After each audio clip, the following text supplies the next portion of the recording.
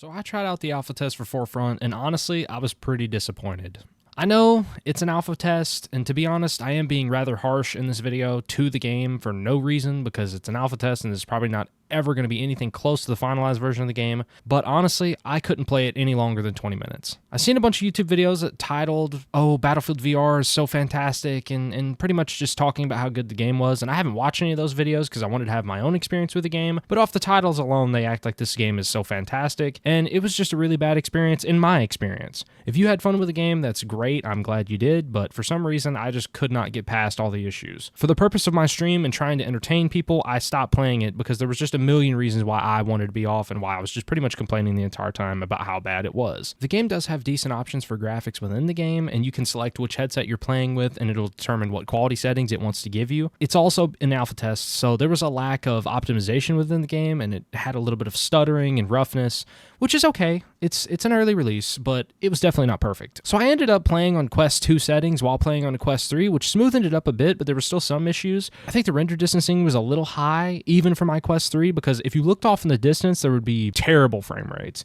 But if you looked up close and down at your feet or up in the sky where there's nothing being rendered in, it was running great. The only issue with this is sometimes you'd be looking down at your feet to walk and the frame rate would be really good, and you would look straight up to look at an enemy that's in front of you and pop your gun up, but the frame rate would dip, and then by the time you actually recovered from the frame rate dropping, you were dead. As far as the guns go, they did not feel great to me. The aim and stuff feels pretty decent, but the actual physics of reloading the weapons and just interacting with them in any way was just terrible. Reloading the AK, for example. I have never had to press a button on my controller to release an AK mag in any way. If you own any form of AK in real life, you do know that there's a mag release lever right on the back of the mag that typically you just use your thumb and press down the little lever while pulling the mag out. It's like this one big motion where it's a one-handed experience reload. Obviously, if you're newer to shooting the guns, yeah, you're probably going to have to use two hands and or however you got to do it, but it's usually a one-handed experience once you get used to one. And again, we're playing as military operatives. You'd think we'd be able to fucking reload the AK mag. Using an AR is a different experience in real life and in the game because most of the time you do have to use a mag release button. Usually it's hitting A on your right-hand controller, which makes sense. It's a mag release button. But having to do this on an AK just doesn't make any sense to me. Using your right hand and having to hit that button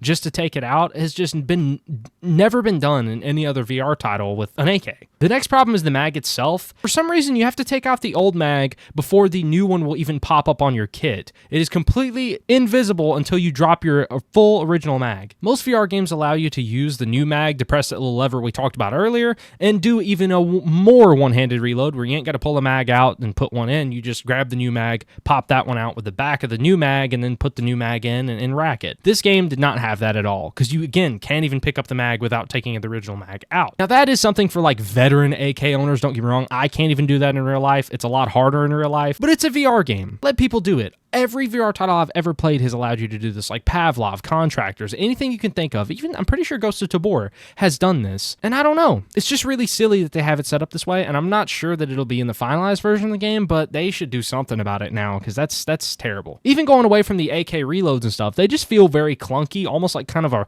Roblox VR game. They feel like you're holding a big block instead of holding like something that's a properly shaped rifle, even though, you know, it's shaped properly, it just doesn't handle like it's shaped. The shotgun especially felt like this. It felt like I was holding a damn telephone pole. And this could be wrong, but it shot the same pattern every single time for me instead of the pellets being randomized. That could have been just a me issue and not a total issue all around, but I don't know. It was actually easier to use the shotgun because of that, but still, I mean, pellets don't land in the same exact place every single time. It's just not how physics work. Reloading definitely wasn't finished for the shotgun because you didn't even have to open the chamber on the bottom of the shotgun to feed rounds into it, but again, that's more of like an easier thing instead of having to open the shotgun up, which is kind of tedious, but it's not realistic.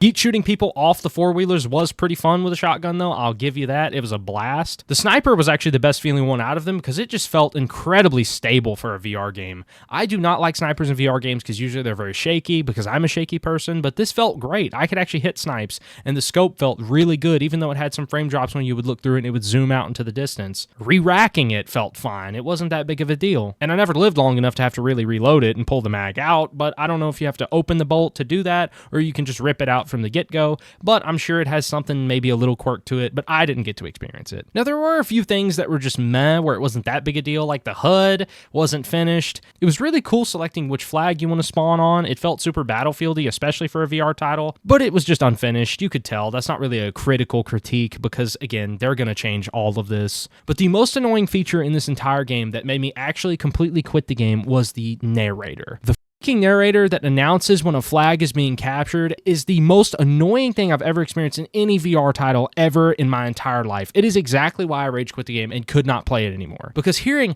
Alpha is being captured by the enemy, Alpha has been captured by the enemy, Alpha is being captured by your team, oh, they captured it now. Over and over, it was nonstop. It's the worst thing I've ever experienced. And you can't even turn it down in the game settings, too. That's the biggest issue for me. If I could turn it down, I would, but you can only turn down the SFX sounds, and somehow that audio doesn't count as a sound effect. Now, if you're playing and not streaming, that's something you can handle by turning the headset down, which sucks, but you can. But when you're live streaming like I am, you can't turn down your cast from your Quest because your microphone and your game audio comes through the exact same audio track. So it's just a really, really big issue that you can't fix. You can't turn up your microphone and you can't turn down their game audio. So you're just stuck being loud unless you want to mute yourself and do a complete damn ASMR stream of nothing. No sounds, just reloads. If you have a separate microphone, you can fix this too by turning everything down, but it's just not possible. If you turn one down, you turn all of them down, and I don't have that. And even if, I feel like this should not be a thing, or at least an optional thing that you can add into the game, but it was terrible. I will say, like I mentioned earlier, the four-wheeler is a blast. All the vehicles in this game is a blast. Don't get me wrong at all.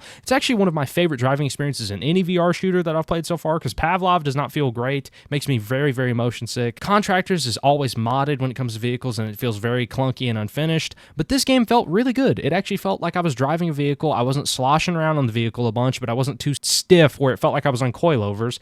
It was actually pretty decent. Tanks are always fun to have on the map. I didn't get to drive one, but they are a blast to have in these maps. And again, it made it feel like a replica of Battlefield because you get blown up by a Geneva Convention violator. I don't know if you can use tank rounds on humans. Anyways, I know this video is very critical of the game, and I know it was kind of spotty. I've had a rough day. Keep in mind, this game is nowhere close to being finished, and I'm just talking about the alpha testing, so I'm not saying not to buy this game when it comes out, but it's in its infancy, and I wanted to give at least them ideas for what they need to fix when they work on this game and try and go towards the finished product. They need to change the things that, at least some of the things that I complained about, and again, when this game fully releases, I'm sure it'll be fantastic. Don't hate on them or me in the comment section because, again, it's just discussion. Unless your dad was an alcoholic, then you have a pass to cuss at me, but that's it. I always tell everybody to be kind to each other in the comment section, and that's not going to change today, but please be kind to each other. That's all I ask. And anyways, that's really all I have for this video. So until next time, I'll see you guys. Also, please give me game suggestions. I'm so shot, dude.